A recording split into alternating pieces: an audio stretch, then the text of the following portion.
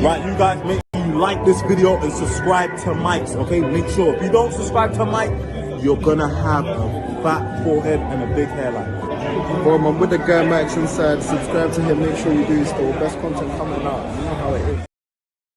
Hello and welcome back to another live people. Welcome back to the YouTube channel. Make sure you smash the likes and subscribe if you are new. And welcome back to the GVO show, season 2, episode 11, people. Make sure you are subscribing to Alfie. His link is in the title now. And yeah, it's been a fucking interesting weekend. It's been an interesting weekend. And interesting because West Ham didn't play on a weekend, so that makes it better. But at the same time, did play on a Friday, which also ruined my Friday. So either way, you're going to ruin my life somehow, West Ham United. But at least I'm probably going to be the only one that's depressed this episode, to be fair. So, Alfie, how you been, man? Yeah, I've been doing good. Inside of football, I'm doing good. Outside of football, I'm doing good. Mm-hmm. I mean, compared to how you're feeling inside of football, I'm doing a lot better than you are at the moment. And Definitely. It's definitely not wrong to say that. But we're back again for another installment of the GVO show. Big up everyone inside. Hopefully you enjoy the show today. It's going to be a good one. Big up Melon, GVO Max Ultras represent. Big up to Kez as well. Big up to yourself as well. Well, there's only one place to start. The top of the league, October champions. Well, you beat Crystal Palace. That's a tough team to face, and you kept a clean sheet. I know they haven't won their last few games, but they're always capable of like getting something at. Well, they got something at your ground last season, but also just in general, they're always capable of getting a draw with someone and challenging the bigger teams tactically, and just in general, they're more suited to playing away from home anyway. But that's always a tough team to face. I think Arsenal always start well, but it's looking like other teams in the league aren't waking up. So, what do you currently see right now from Arsenal? How did the game go, first of all? But also, just in general, it seems like everyone is ultra positive at this current moment in time, and it feels like rightly so due to the fact that your performances have been improved, but also other teams that are meant to be title contenders with you guys are not pulling anything up.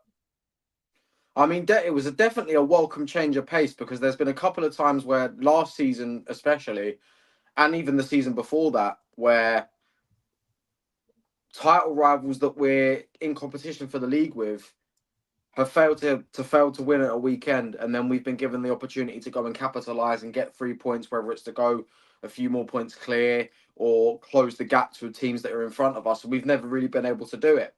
But thankfully, this weekend we managed to do that. Obviously, Chelsea, Liverpool, and City are quote unquote title rivals, all failing to get points. I think the ones that I was really surprised about were City and Chelsea. I felt like Liverpool was expected. You kind of expect Liverpool to go on and lose now. It just feels like they're not as on fire as the team that you usually expect from Liverpool. But from an Arsenal perspective, it was great to finally capitalise on rivals' mistakes. Not that I necessarily think we're in a title charge, and I still stand by that. I don't think we're winning the league because at the same time, I've been very, very confident going into the last games of the season, saying we are going to win the league, and I've been proved wrong. So I'm trying not to get too confident too quickly. I'm trying to see where the results go, where the performances go. And to be fair, despite the fact that we won at the weekend, I feel like Palace had a lot better chances than us. I mean, we were a lot more critical or clinical in the way that we took our chances. Obviously, who else but Eze to score the only goal of the game? Brilliant finish as well. And you could tell by the look on Mateta and Henderson's face, they knew exactly what was up as soon as Eze went to strike the ball. But I definitely think Palace had a lot better chances than we did. Probably should have taken those chances. We were just more clinical on the day. So you don't think? Okay, is there a case you don't think Arsenal are going to win the league, or you don't think you're in a title race or both? Because I think you're in the race. I just thought at the start of the season that it would be more of a 4-horse race, but I didn't think teams would start like this. I didn't think Liverpool would go on a losing streak after their winning streak. I didn't think Chelsea would buffer as much, but they did. I thought they'd address their problems after the Colwell injury, and I thought Man City would turn up a little bit more. I think they haven't been bad as of recently. I actually expected them to lose to Villa, but I expected them to be better than this. So, do you think it's a case of you're just not going to win the league, and this is typical Arsenal starting well and peter off, or is it just a case of you don't think you're in the title race in general, and you think the other teams are going to pull it together? Well, I mean, there's been several occasions where, take Man City for example, they haven't really necessarily started the season in the best way, but they always manage to turn up when it counts, and then they end up winning the league. Liverpool, it's been very, very unexpected because they went on that run of winning 5 games in a row. Now they haven't picked up a point in their last 4 league games. They are struggling. Signings not gelling in the way that they hope to. Obviously, I think you'd like to think that Liverpool would probably hopefully turn this around at some point. But the thing is with Arsenal, it's almost like you set your watch to it. Like you can say, oh, Arsenal are going to go on to win the league, but at the same time, you know that we've got the tendency to bottle it when it matters most. It's all well and good getting the results at this point of the season. It's great to get the points on the board, but can you go and do that when it gets towards the last 5-8 games? You know, you're trying to pick up points, as many points as possible, trying to gain that advantage over your rivals. And there's been many times, many occasions where we failed to do that. So it's more of a case of me not getting overly confident. Like, don't get me wrong, I want us to win the league. I want nothing more than to be proved wrong by this manager. But at the same time, the tendency to choke at vital moments is giving me that thought in the back of my mind, thinking, okay, we're top of the league now. We're 4 points clear. We've only played 9 games. There's still another 29 games left to play. We've still got a few months left in the season. If we can continue this form and continue like the consistency of getting results, getting points on the board, opening a gap to our rivals, maybe I might start to get a bit confident. But for now, I'm keeping chill. Fair enough. John asked you Arsenal have the best defense in Europe, in your opinion. They're certainly up there. I think in terms of the defense, if you're looking at our core defense, obviously Gabriel and Saliba, they come as a pair. I've noticed that on several occasions, especially last season, where one of them would be out with either a suspension or an injury, we'd bring in Kivior, and then all of a sudden that defense doesn't look as sure as it do. I feel like Gabriel and Saliba, they complement each other. They help each other into making sure that they've bucked their ideas up. They know exactly where to be on the pitch, make the right tackle, play the right pass, don't get caught out. I think they're constantly reminding each other and trying to make each other better. And if you take either one of them out of the team, the defense doesn't look as strong. Timber, brilliant right back, provides a lot. He's very good at tracking back and getting forward as well. Calafiori, yes, he does love to roam, and or as people love to say, he loves to gallop. They call him the horse, the sweet prince, whatever you want to fucking say. Load of bullshit in my opinion. But to be fair, he actually stayed in position in the game against Crystal Palace. He rarely ventured forward. He stayed in position a lot more than I expected him to. And overall, we had a decent game. But as far as the point of us being one of the best defences in Europe, I completely agree. I mean, 9 games in this season, we've only conceded 3 goals in the league. Yes, we're scoring set pieces, but at the same time, I think if you're at the bottom of the table and all you're scoring goals is set pieces, but you're getting those points to try and stay up, no one's complaining. Yeah, I think the set piece thing is overstated from everyone else. So it's like, what I mean by that is a set piece is a form of scoring goals. So I don't think it's a problem. I just think if it's a case of like you haven't found other ways of scoring and you're doing that, then it's a difference in it. If goals weren't meant to be scored from set pieces, they wouldn't have put them in football. There wouldn't be corner kicks. There wouldn't be free kicks. Don't get me wrong. I would like to see more open play goals because I know we can score from open play. But at the same time, the set pieces at this current moment are a very important tool to have in the tank. So, yeah, at the end of the day, if it's getting you results, you can't really complain. Yeah, I think it's because you're getting results. It's not like it's a concern, but it's not a major red flag. I feel like it only becomes a major red flag if it's like becoming a hindrance. That's when red flags become in football, where it's like a certain type of thing will become a hindrance, where it's a case of like, let's say you were scoring set pieces, but you also didn't have like a great defense and you was conceding, so you couldn't find another way of scoring after that. Then it'd probably be more of a problem. But the way you're beating teams and the way you're defending, you're just doing what you can. And think about it, even though you're winning 1-0 or 2-0, whatever, you're still winning with quality because the set pieces aren't that good. So that's still quality at the end of the day. It's not like you're skimming it. I don't think Palace played bad yesterday. No. I think they played really well in the first half. I just think in the second half there was just too much control from Arsenal, so I just don't think they had a chance after that. To be honest with you, I just think Pino needs to come off a little bit earlier because I know Nketiah's made a bit more impact off the bench and he's played quite well with Mateta from what I've seen recently from Palace. So maybe he could have come off earlier, but I think Arsenal just dealt with it quite well, to be honest with you. Can a manager win the league and be a fraud watch the next season? In my opinion, yes, because you've set an expectation, and especially this, I'm assuming this is referring to Slot, especially. Yeah, I was about to say. For me, it like especially if you can't for example, if you win the league, you can't just do anything. You know what I mean? You can't just do anything and then just get away with it. For example, the stuff he's doing, he's really not figuring out the balance between some of the players he has. It's that I think he's really struggling, and a lot of players aren't performing at the same time.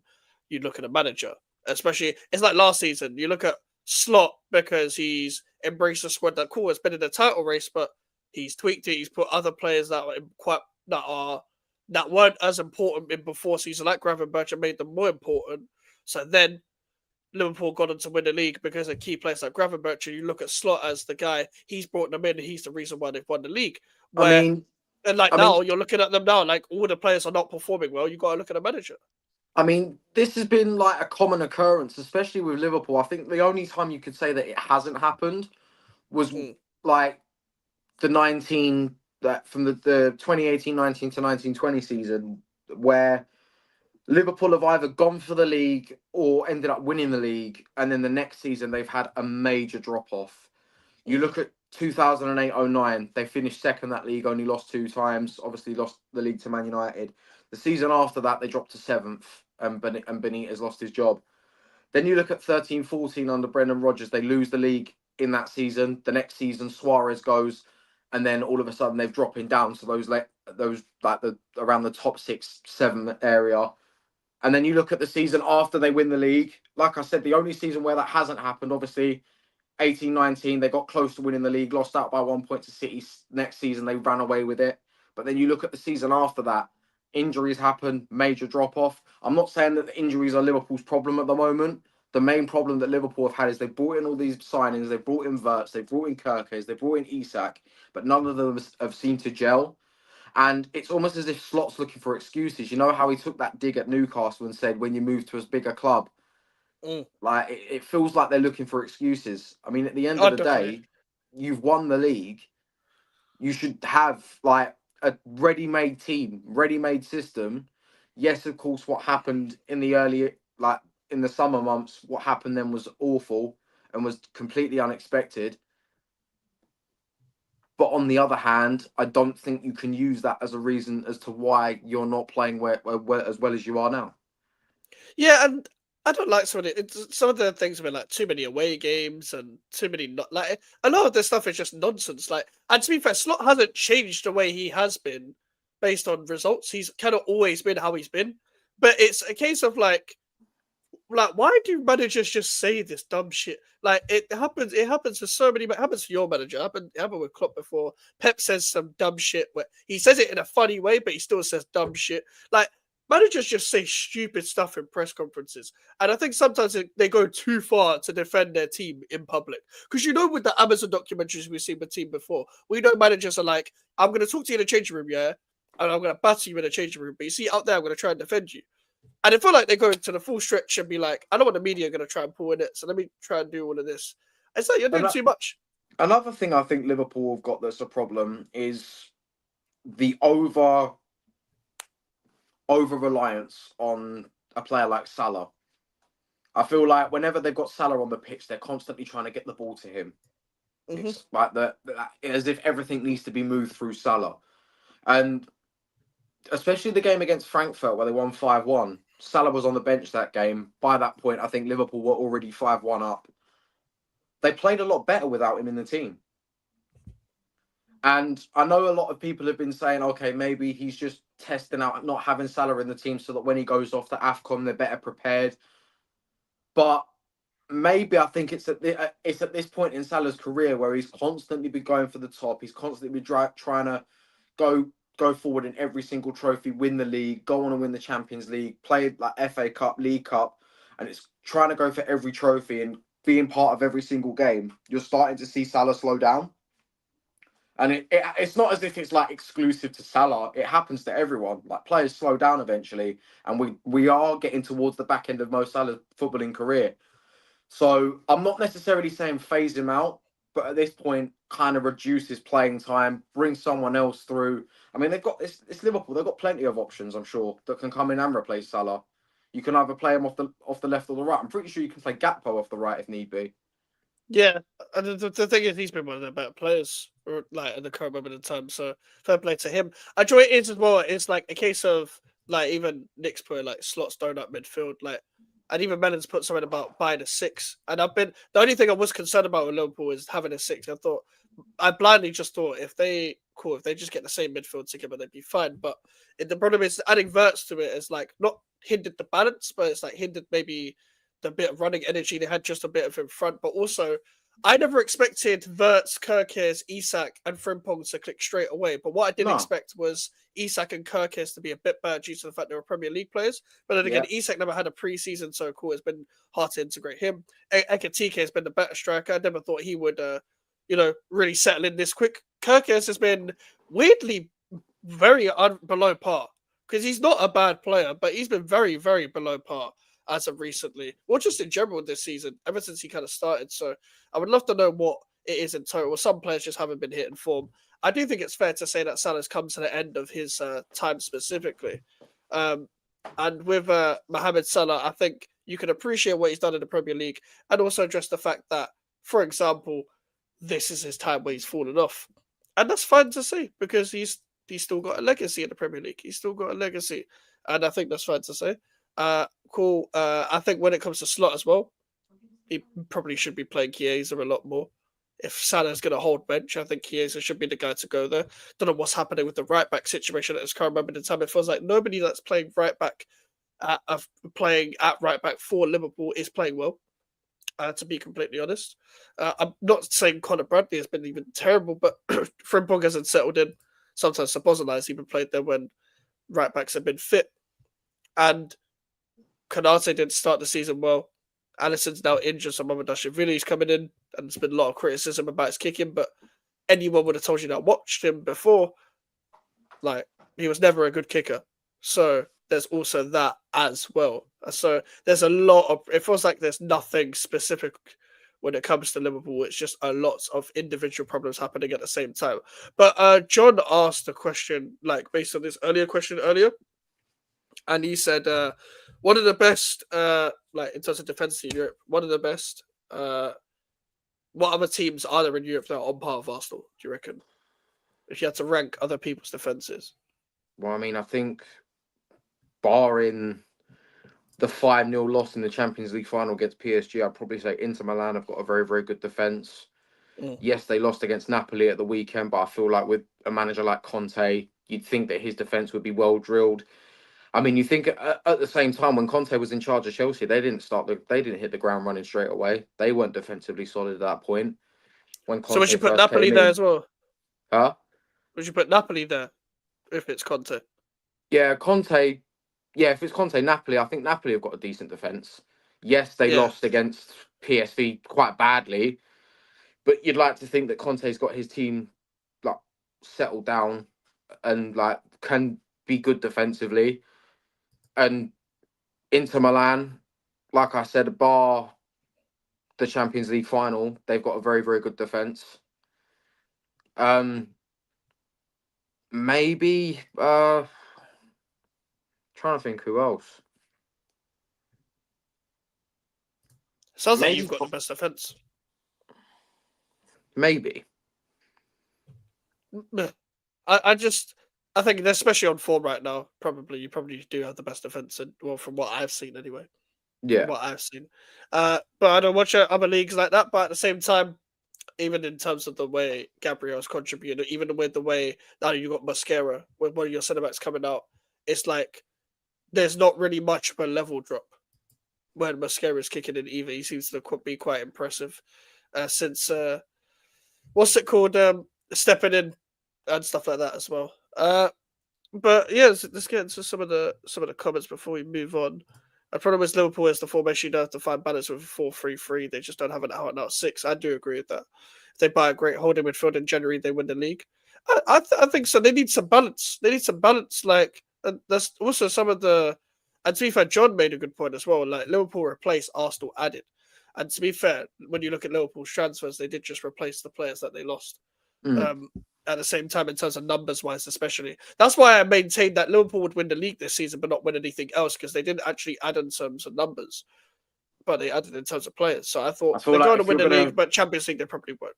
I agree, because I feel like if you are going to go on and win anything but the Premier League at that point, obviously win the league, but if you're going to win anything else at that point, you need depth. Depth in numbers, and not just that, you need quality depth as well. Especially a club like Liverpool, you want to be able to have a team that can play in the Premier League, make a few changes for the team in another competition, whether it be the Champions League or the FA Cup, and there not be a drop-off. But like you said, they've only just replaced the players that they've lost. They haven't really added to the squad, whereas Liverpool, us on the other hand, we've added. Like, yes, we've got rid of some players, but we've brought in quality as well. I mean, you look at Zubimendi, I think he's a great player. Gyökeres as well. Yes, he's had a bit of a patchy start, but I feel like if you play to his strengths, I've said this before and I'll say it again, you play to his strengths, he will give you numbers. Eze as well, another quality player, proving that again this weekend. Obviously, there's a couple of other players in the squad that are going to go on and prove their worth with time. Mosquera, I definitely think, going back to the defensive situation, you look at last season where Saliba or Gabriel would come out, you'd bring in Kivior, the defence would have a drop off, we wouldn't look as solid. But with Mosquera, it feels like if you take one of those out of the team, like we saw at the weekend, Saliba came off with a supposed injury. Hopefully it's nothing too serious. We brought on Mosquera. We still looked as defensively solid as we were from minute one.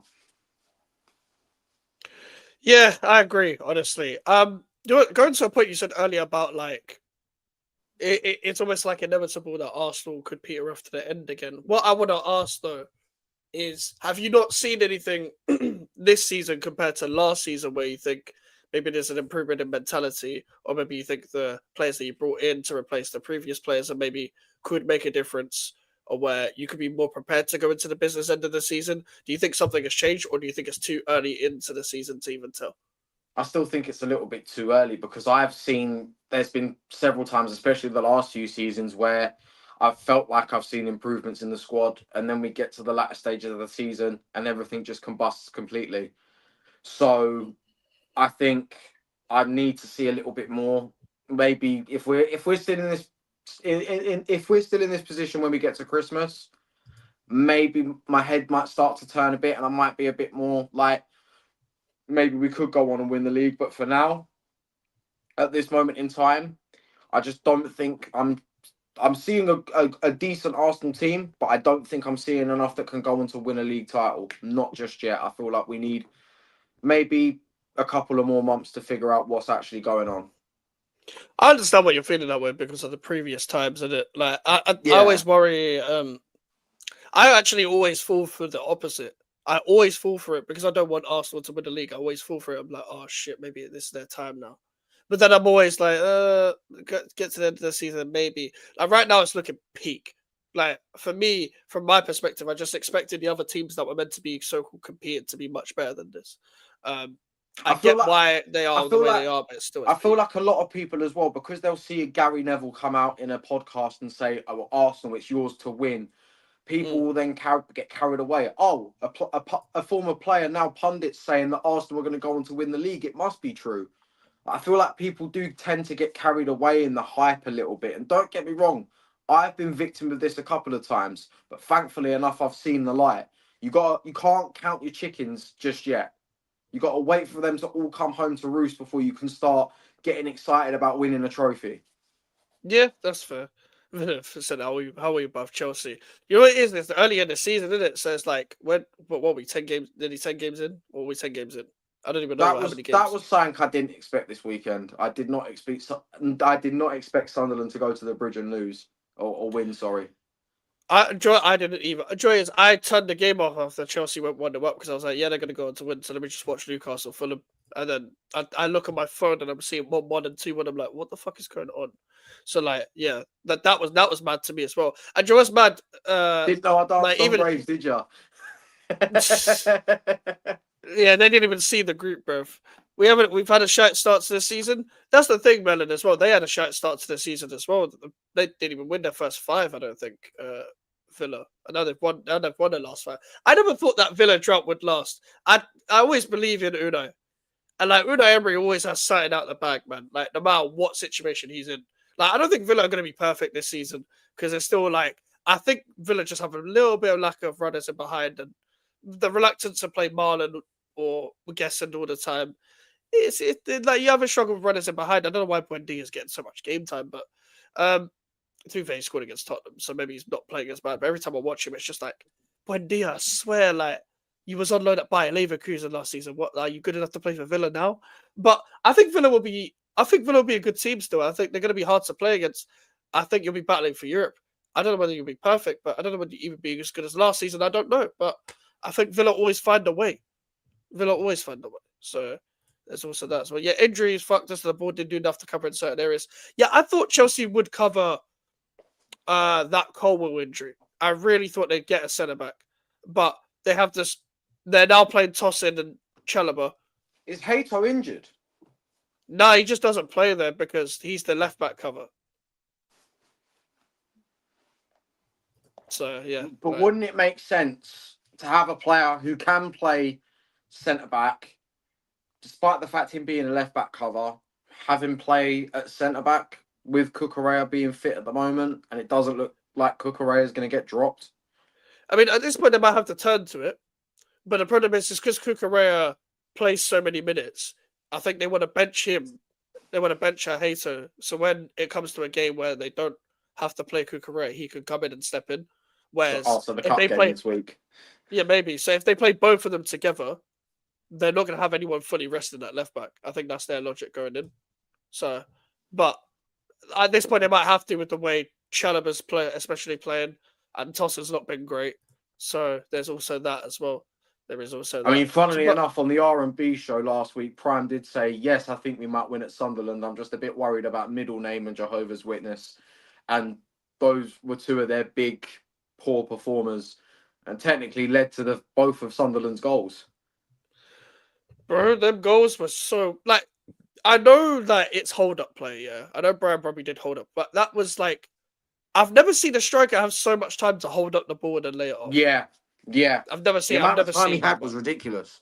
Yeah, like that was dumb. That was dumb. Like for me, I don't know what. To be fair, I don't know what else could have been done because Tosin was holding him up. Cool, he didn't. Like cool, whatever. But like Chalobah's just standing there. Like it's like Chalobah just watches the game go on as the pass happens, and no one was following the runners from midfield either. So like there was all kinds of wrong. And it was just like one long ball. And then they were on a counter attack. Like Sunderland, I mean, they're already quite direct already, and they use that to their full effect. Chalobah had the game on FC26 tactical view. That's what happened.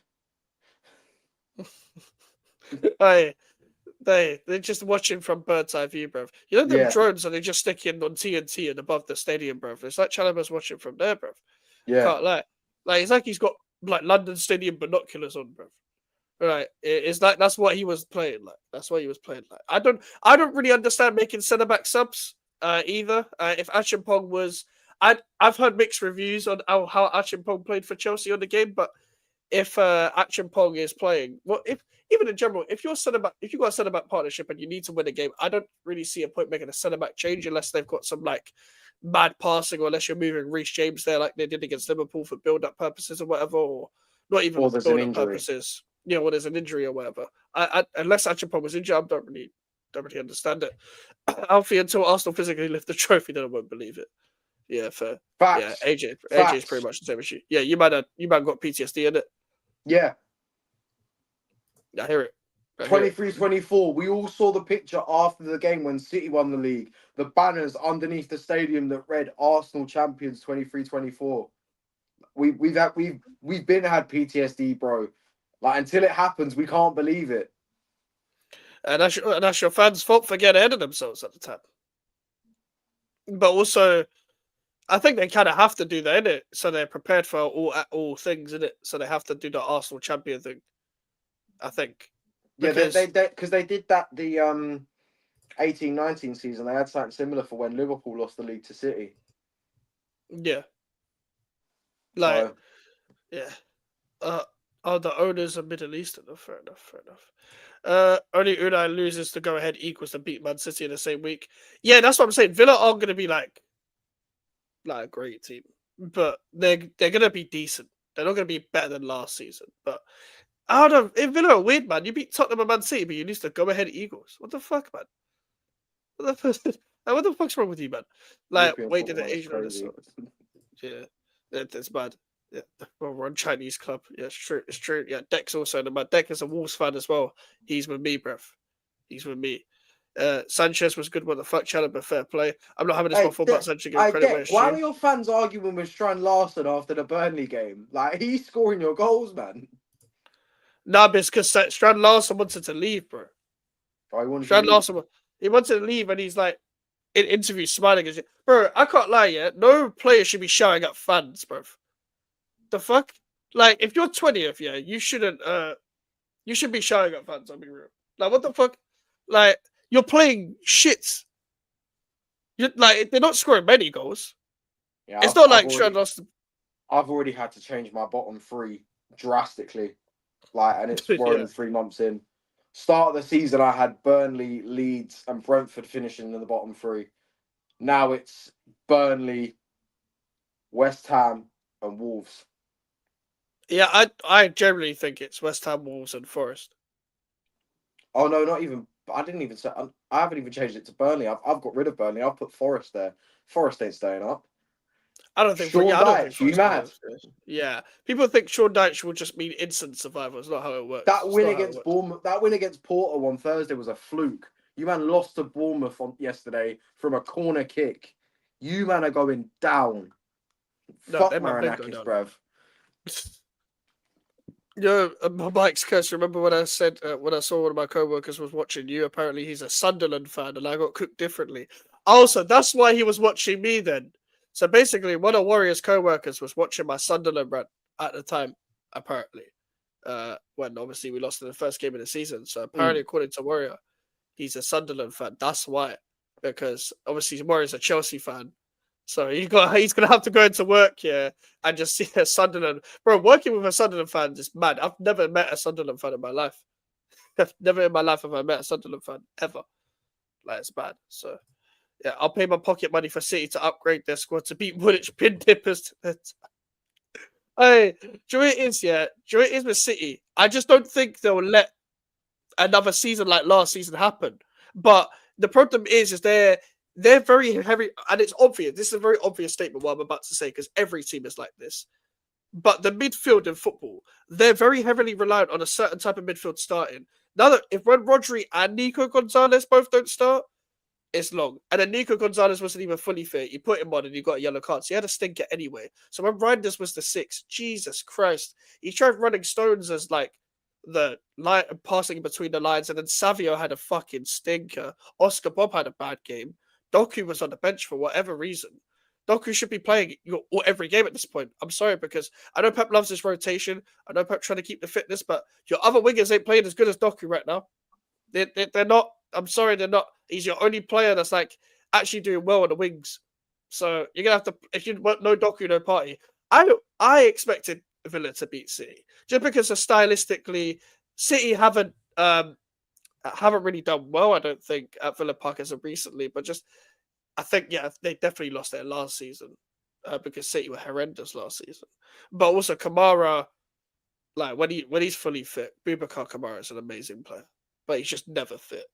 So we're gonna see what he's like, over, of course, the whole season, whether they can manage him or not. But that was Villa on their best day, and Villa are on a bit of form as well. So like it makes sense. But with Man City, I don't expect them to stay like this. I know a lot of their fans are basically as what's it called? Their fans are quite worried. The fans are very much like, I know the standard of Man City. This isn't the standard of Man City. Like, I've seen title-winning teams before. This doesn't look like the same quality, which I fully get. I don't really like how Pep does the whole one midfielder out wide and one winger out wide because it just heavily relied on one side to get the ball to Haaland in the first place. But credit to Villa as well because Unai Emery's a fantastic tactician on his day. And it happens, man. It happens. But I think City should be able to hit some form of form at some point. But if the gap keeps going like this, I'll be real. Like it's going to be like the 1920 season. I'll be so honest, but just Arsenal instead. Like I'll be real. If it carries on like this, like there isn't even a league to bottle. Like the league is there, sort of thing. Like at this point, the gap could become big. I'm hearing rumors about there's no more contract negotiations for Arnie Slot, but I don't know how reliable the source is, so they take that with a pinch of salt. So we're gonna see in it, but I think Slot should be watched, and we'll see about the rest. And Chelsea are just gonna have to regularly comfortably get top 4, and Man City. If you don't put up a title fight now, a serious question needs to be asked. Well, in fact, you don't win anything in general, like last season, serious question needs to be asked. Like, add West Ham, Burnley, and Leeds get relegated. Yeah, fair enough. As far as Arsenal concerned, our next 4 games in the Prem: Burnley away, Sunderland away, Spurs at home, Chelsea away. Ideally, I'm looking at 10 points. Usually, you haven't lost to Tottenham in time as well. Yeah, I'm looking at 10 points, ideally. But there's a couple of games, there's maybe a game or two where we could probably get less than 10 points, or we could even lose. I feel like Sunderland away is going to be a very tricky game because they've been really good at home this season. And a team that was quoted to be in possibly one of the teams to go down, they've realised that a lot of their points are going to have to come from winning at home. They've started the season well at home this season. Yes, they've had a couple of decent away results, but at home, the Stadium of Light has been a fortress for them this season. So I definitely think going there is going to be a struggle. I think Stamford Bridge as well. Yes, Chelsea have been poor over the past couple of games, but the past couple of seasons we've gone to Stamford Bridge and we haven't won a game. So going there, I'm probably expecting a draw. But like you said, we haven't lost to Tottenham in a while, so you'd expect Arsenal to beat Tottenham in the North London derby. And as for the Burnley game this weekend, come on, it's Scott Parker's Burnley. I know they beat Wolves, but that's Wolves. We're Arsenal. You can't go to Turf Moor and lose. Simple as that. That's fair. By the way, Max, you watched Sunderland last season. Were you surprised about? I know how to pronounce his brother's name. Reggie Lebris. Yeah, Lebris this season. Since I didn't realize how midfield could be that crap against theirs. You know what I was surprised with? I was more surprised with, and this was my main thing about Sunderland surviving. Do they have the defenders to keep clean sheets, and do they have the strikers to score? And I didn't think Isidore would adapt to the Premier League like this, to be honest with you. So fair play to him, because he looked good in the champ. But I just didn't think he'd adapt this quick. I knew he was a good player, but I didn't know whether he was going to be one of them guys that were just championship killer up front and in the Premier League not as good. Because I feel like strikers do well in a from the Championship. I just feel like I trust more in terms of the process of them developing if they're a midfielder or a fullback or whatever. But in general, I'm not really surprised at the manager specifically. I didn't think they were going to spend on many high caliber players like Mukiele, Xhaka, and Guitarina. But at the same time, with the way they've recruited, they've not just recruited big names. They've got a goalkeeper that's an upgrade on Patterson. Ballard is one of them players that's always been bound to do well at a Premier League club. And now that he's got a Premier League chance, he's done well. Ballard was always linked with West Ham. And that's another player as well, wasn't he? Ballard. Yeah, Arsenal Academy. Yeah. Pretty sure he had a brother that played for Arsenal as well, Don Ballard, up front. I'm pretty sure. Might have, yeah. Yeah, and Trey Hume is another one. Trey Hume was probably my favourite Sunderland player of last season, and he's played against Chelsea on the weekend, so he's also competition at right back. I'm more surprised at the fact that their strikers have stepped up and that they've hired some gems that nobody else has thought of, but the recruitment's been top, so fair play to them. What was your next game, by the way? Our next game in the league is Burnley, but we've got Brighton in the League Cup on Wednesday. Okay, well, you got Burnley away. Yeah, at Turf Moor. You should be fine. Yeah. Because they conceded 2 to Wolves despite winning. And also, even though Kyle Walker is playing well right now, and they do play 5 in the back at times, come on, let's be serious. Let's be serious. Like, I don't expect Burnley to get a result at Arsenal. Like, I'm not even looking at that. I'm not even gonna watch the game. Nah, I'll be so. There's 3 o'clock. I've looked at the 3 o'clock games. They're shit. I'm still not watching Burnley Arsenal. So regardless, I expect Arsenal just to find a way. I don't expect Arsenal to lose either. Like if you get a draw, then I'm not gonna say I'm gonna be expecting that, but at the same time, I just don't expect Arsenal to lose that game specifically. I don't expect you guys to drop points, but a draw, cool. People are gonna say, "Oh, it's Turf Moor," but it's also not 2018. So Turf Moor the doesn't have to 3 o'clock games are wank. Yeah, they're so bad. Honestly, The Super so Sunday bad. games are shit as well. I mean, I know you guys are playing Newcastle on Sunday, but still. Yeah, that's not a good game. Unless you want to laugh at us, that's not a good game. The only two good games that we've got this weekend are both on Saturday, and they're not even that good games. In all fairness, it's Spurs against Chelsea and Liverpool Villa. To be fair, Spurs Chelsea's. But to be fair, those are not bad games. They're okay games, but Spurs Chelsea is probably the most entertaining Big Six fixture. Yeah. That one really disappoints. But also Villa Liverpool, that's going to be open. Is that Anfield? Yeah.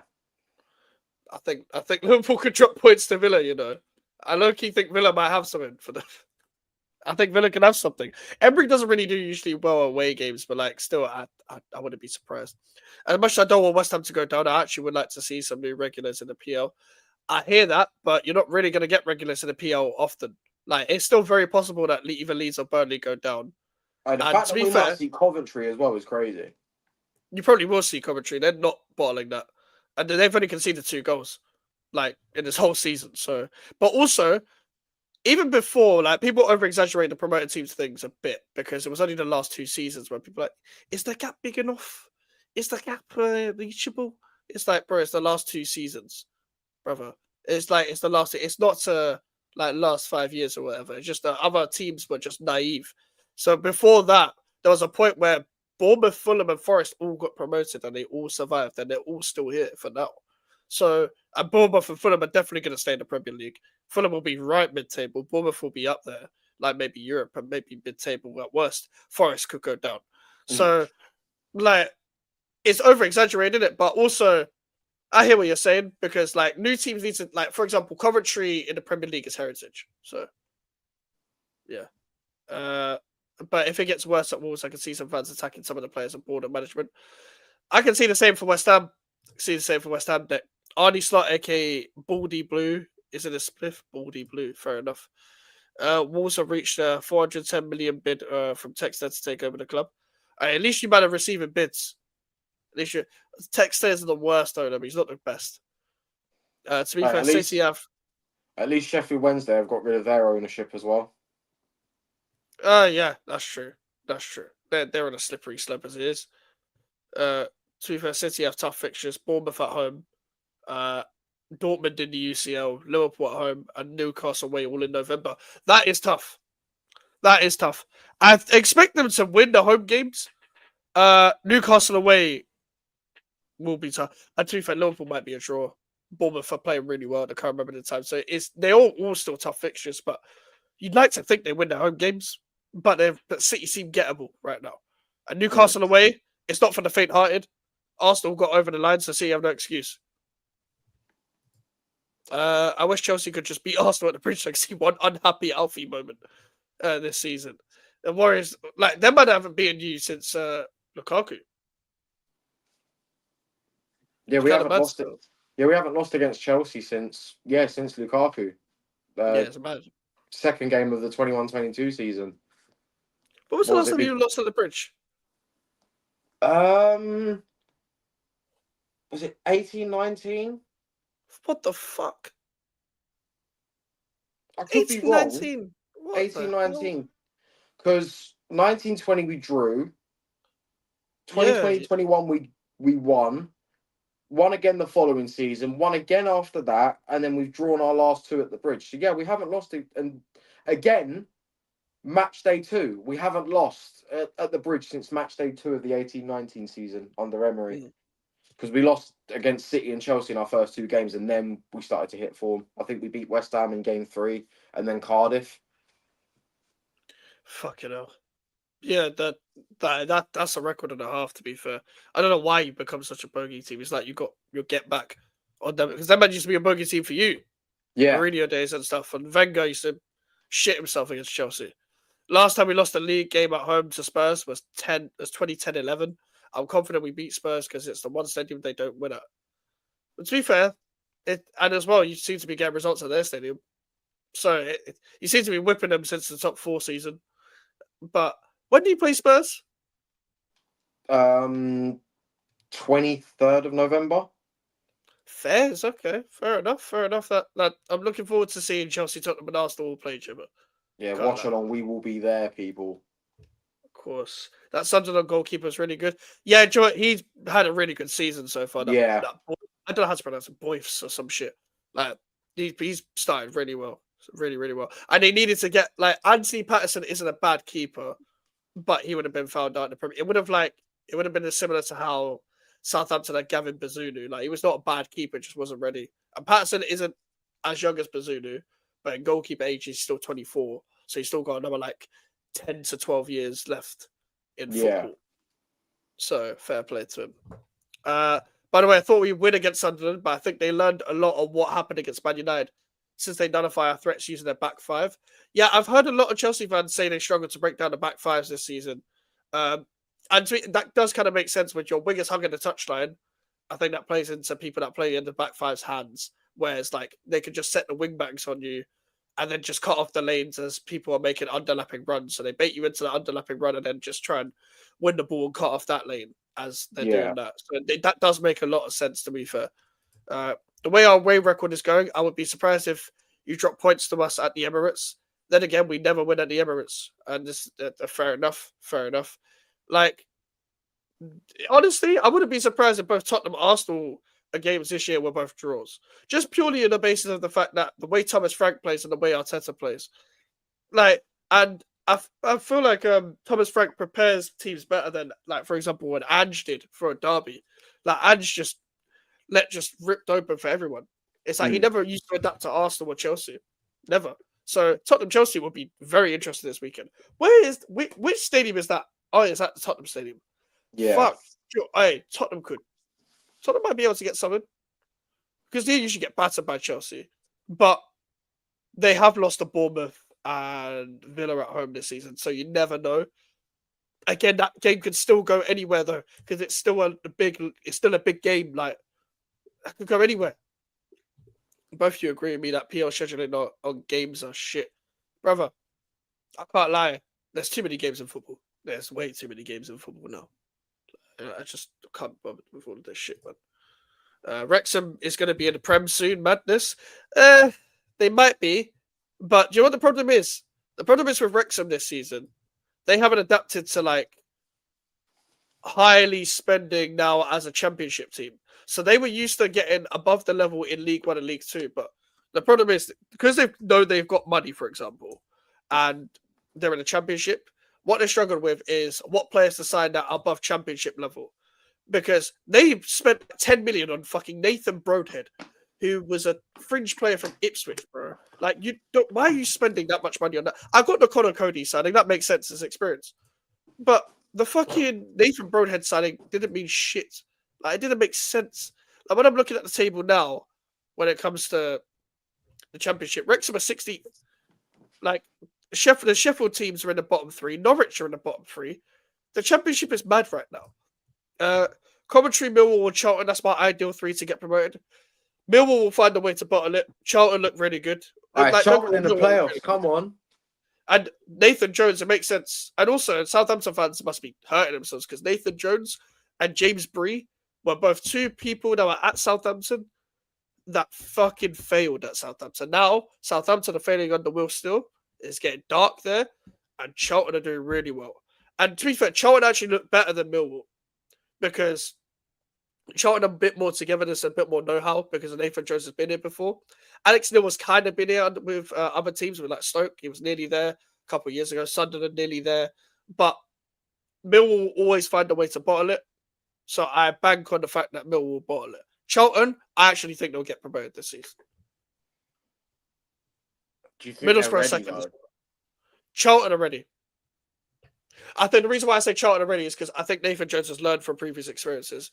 I just think Charlton need to approach the Premier League like how Sunderland have this season. The problem is Sunderland have got an ownership that are heavily ambitious compared to every other championship we've seen in the last 5 or 6 years, where they recruit different. They are trying to go the extra mile. Like Charlton needs to it's become such a high standard to get to survive relegation now. Teams need to start looking at the way Sunderland have recruited. Not to necessarily go down the Xhaka route, but go and get, the Taibbi guy that scored against Chelsea, the Royce guy in goal. They need to sign these type of men. Go on to these other leagues and sign these niche players, young players. Yeah, sign these niche players that are going to help you on a technical level as well. And Wrexham won't get promoted this season. They're nowhere near. Need Millwall, West Ham, hopefully in the Prem Pile taking the championship. Millwall fans can go fuck themselves because they go fuck their family members anyway. But also, all they live for is Millwall, West Ham. That's all they live for. So as soon as we reach the same league as them, they cream themselves. And I'll be real, as much as they are our biggest rivals, don't give a fuck whether we face them or not. Don't give a fuck about them. I generally don't give a fuck. We're meant to be above the Millwall level. I don't give a fuck about Millwall. I did just want to fact check myself to make sure I did get it right. Yes, I was right. The last time we lost at Stamford Bridge against Chelsea was the 18th of August, 2018. And that was in a 3-2 loss. Yeah. That's a mad record. That's a mad record. What do you make of Man United now? United's Strand's happy, bro. He's 2 wins away from a haircut. And the next game's Forest. So he could be 1 win away. Yeah, but we all know how United are like against Tottenham, though. Tottenham are their bogey team. And yeah, yes, Tottenham have been a bit shaky. They did win at the weekend against Everton, which a lot of people were concerned about because Everton hadn't lost at home yet. Yes, they'd drawn a couple of games at home, but they were still unbeaten. I thought they were going to be looking a lot better than they did against Spurs, getting caught. I've seen a lot of Spurs fans complaining about Arsenal set pieces, but then Van der Ven's gone and done the same, scored 2 from set pieces. They won 3-0. I still think, yes, United will probably win against Forest, will most likely win against Forest, but that Tottenham game will decide whether United Strand gets a trim or whether it's back to square one. I honestly, I think Tottenham gets signed against Man United with the way they're playing. I'm glad I haven't made a bet like that. I'd not shaving my hair until Arsenal have won a trophy. I'm glad I've never made that bet. I mean, I've made a joke saying, should I do not shave my head or not cut my hair until West Ham win a game? I think I'm going to be here a while. To be honest, I'm not going to make that bet at all because I know we're not going to win a game anytime soon. Man United, you never know, you could win your next game. Nah, we're not beating Newcastle. Newcastle. Who have you got next? We got Newcastle, bro. We don't beat Newcastle ever, especially at home. We haven't beaten Newcastle at home since. By the way, you know your Chelsea record. Yeah, we've got the opposite against Newcastle. We haven't beaten them since 18-19 at home. You know when Declan Rice did the gun lead, bro. That like when he had the square head. That long ago.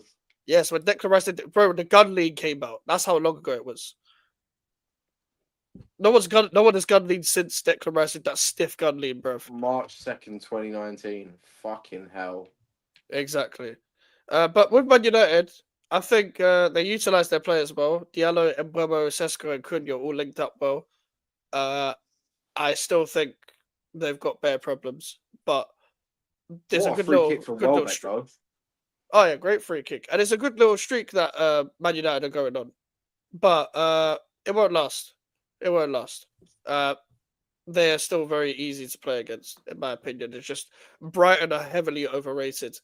And I think they're good at taking advantage of the teams that play right now. But if they do go on a streak, then I'm wrong in it. But I don't think they're a threat just because they're 4th now or whatever they are now at the top end of the table. Not my best day, but this show helps. Big up AJ. I hope things get better soon, bro. Hope things get better soon. Big up to Elijah as well in the chat. By the way, Mike's off topic. What's your thoughts on Charlton and Ipswich in the Championship? Charlton, I'm very impressed. Ipswich dropped off, in my opinion. The problem is with Ipswich as well. The problem is that a lot of the players that they bought a lot of players last season, shifted the squad out last season to try and stay up. A lot of those players didn't settle down, and they've spent a lot again this season, and a lot of them players haven't settled. And McKenna again is struggling to find a balance of playing all of his best players, like Philogene and Jack Clark. Like I actually thought West Brom would nick it on the weekend because I watched that game. But Philogene seems to be the most creative spark. But Jack Clark came on and he actually got the winner. So it's getting the best out of the attackers, especially. Like they've got some good championship experience. They can maybe the max they will probably get this season is playoffs. But right now, as it currently stands, if we're probably looking at the championship table right now, they're 12th. They're below Ryan Mason. They're below QPR. QPR 9th. What is that? This championship table looks upside down. Genuinely looks upside down. Like this is genuinely the maddest league in the world. It's the maddest league because at one point you could be a team that's battling relegation. A few games later, you could be battling promotion. It is crazy. So I would shout out. They've got good facts. Like they had Chris Hughton got sacked, hired Steve Cooper, and got promoted in the same season. And brought life to people like Jed Spence and Brennan Johnson, Lewis Graben, Ryan Yates. What's my man's name? Jack Colback. Like, there's so many players that played what Joe Worrell played well that season. Brees Samba, like that was a good championship team, and Steve Cooper did well that season. By the way, Microsoft. Oh yeah, I'm also on Charlton. As I said, they've got good experience. They've got the right experience for championship. They've got a balance of young players and experienced players. So, good luck to them as well. Good luck to them because I've always liked Charlton. Just in general, I've been to their stadium before, so they have a nice stadium. Ipswich still look drunk from relegation. It happens. Yeah, just none of their players are settled. I think losing Delap has fucked them over a little bit as well. Kind of feels like they haven't replaced him well, haven't replaced the goals. Yes, he didn't really score as many as you'd like to see him score last season, but it doesn't look like they've replaced their striker well and paying the price for that. You'd think with the parachute payments that they get, you think they would have replaced their star striker with a bit more quality. Haven't done it. But to be fair, the championship, you don't even really need that because George Hurst got them promoted in the first place. So I think George Hurst and Chuba Akpom as your front options isn't bad. I just don't think McKenna's getting the best out of them right now. I think he needs to find a balance between his front four because having Ogbene, Akpom, Philogene, Hurst, Jack Clark as some of your front options, and Connor Chaplin's still there, I'm pretty sure. Actually, no, I think Connor Chaplin left. So those options are calm, in my opinion. But you got to find it. But you actually got no excuse to get promoted with that team.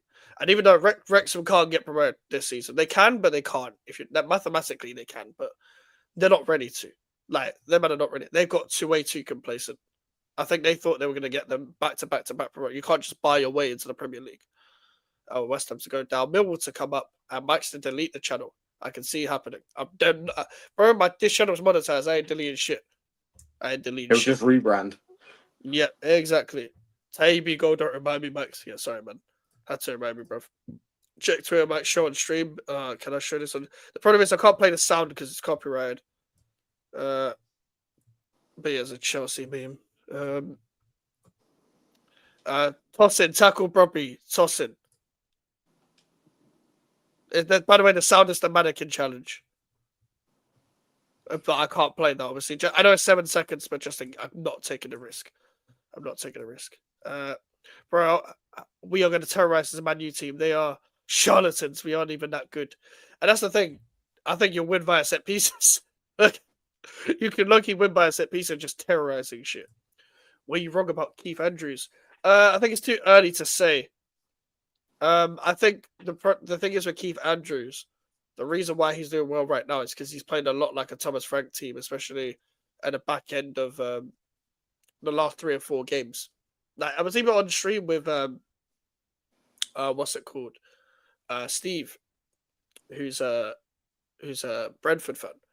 And he was even saying himself, like, he wants Keith Andrews to have his own identity rather than go for the Thomas Frank way. But it seems to be working. They're doing exactly what Brentford always have been doing. But the reason why they lost against Nottingham Forest is because Keith Andrews thought he could play his own style of football and change a completely different style to what these Brentford players are used to already. Because a lot of them Brentford players were there under Frank, and a lot of them Brentford players were there from when they got promoted. So when they tried to adapt and stuff like that, that didn't work when they went to a flat 4-3-3. But when they adapted from the 5 to the 4, that they've done well there. But that's what Frank used to do.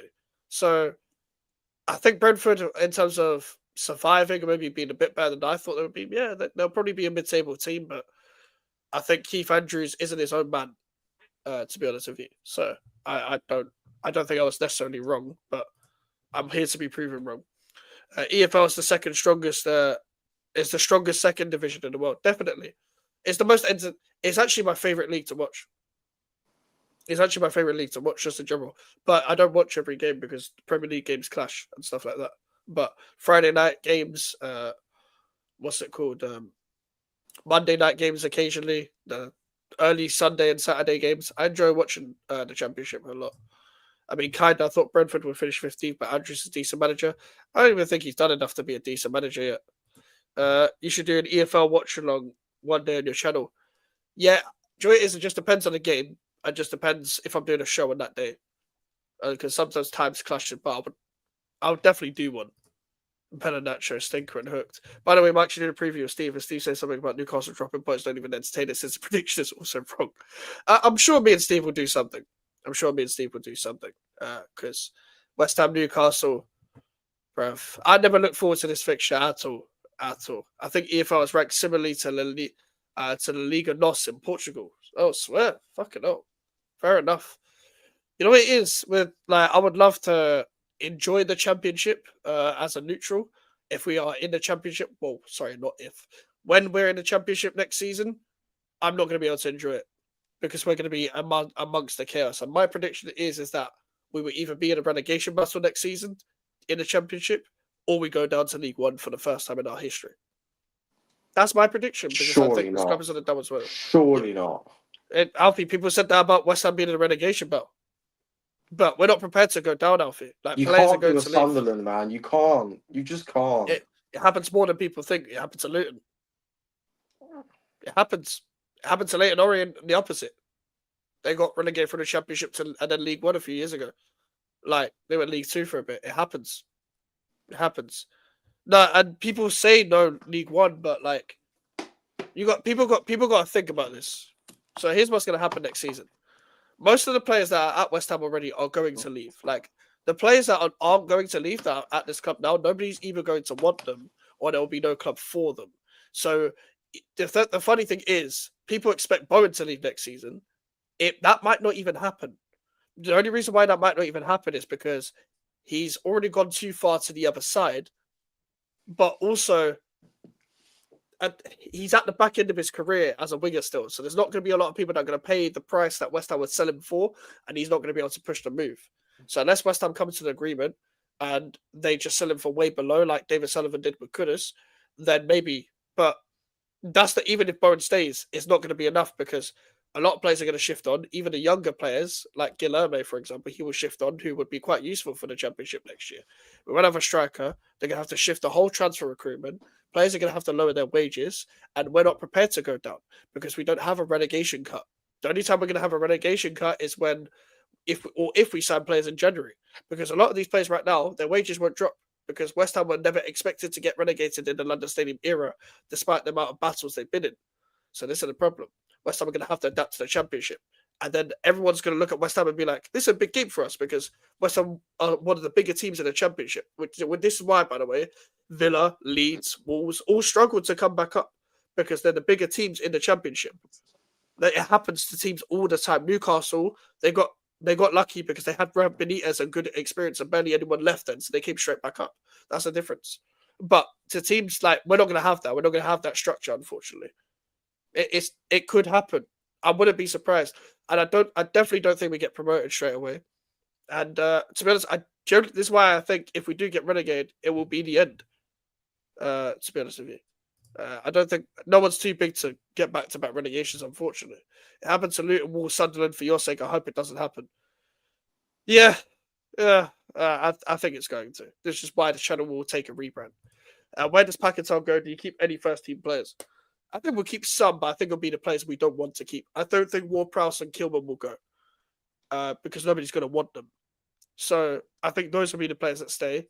Bowen might stay, but it's only because of nobody's going to want to pay that much for a winger at the back end of his career, despite how good he actually is. We don't know if people like Somerville and Guilherme stay. Souček will probably stay because he's happy at West Ham. Yeah, like he's happy here, so he'll probably stay.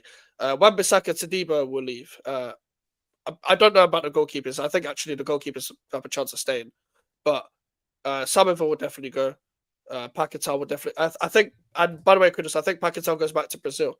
I don't think it's like because he's always been linked back to Brazil since what's it called, the scandal, and he's always just wanted to go back home. So I think he'll go back to Brazil. I think he'll go back to Flamengo. Who else is I think Magassa will stay. I think Potts is all the academy guys will stay because they actually think they'll get more of a chance. But Fernandez will probably leave straight away. To be honest with you, Diouf will go. Yeah, Mavropanos hopefully goes, but yeah, Walker Peters could go just because we might see him as free profit, but he might stay just because he was used to the Championship with Southampton. I think it's going to be in half, if I'm being so honest. When we went down all the way to the free, and then he went into the conference. I was like 2 days away from liquidation until Jack Hayward bought the club. Bro, it could get dark for West Ham. And do you know what? If it explodes, it's probably the best thing for the club. And what I mean by that, I mean explode into non-existence. And the reason why I say that is because what else is there for West Ham at this current moment in time? There is nothing to look forward to. There's nothing left. Like the word to Ian Bill, fam. There is nothing left. Like, does Karen Brady give Sullivan favours? I'm not too sure. I wouldn't be surprised. That Karen Brady is in transit. I don't think that's what Kudos meant. But if she is a transition player, I wouldn't be surprised. I wouldn't be surprised if I'm being real. But that's why I generally think West Ham could go down. Again, after we do go down this season, because we're definitely going down this season. There's literally no chance of us staying up. Like none. Like it's not. We've won one game. Like, what's the point? What is the point? But yeah, I'm gonna end it there. On the most depressing note possible. But listen, people, subscribe to Alfie, everyone, as well. Sheik is live, so we're gonna redirect to Sheik. He's doing Mud Brothers, so go and say Mike's raid in the chat. And we'll be back tomorrow with Elijah. Take care.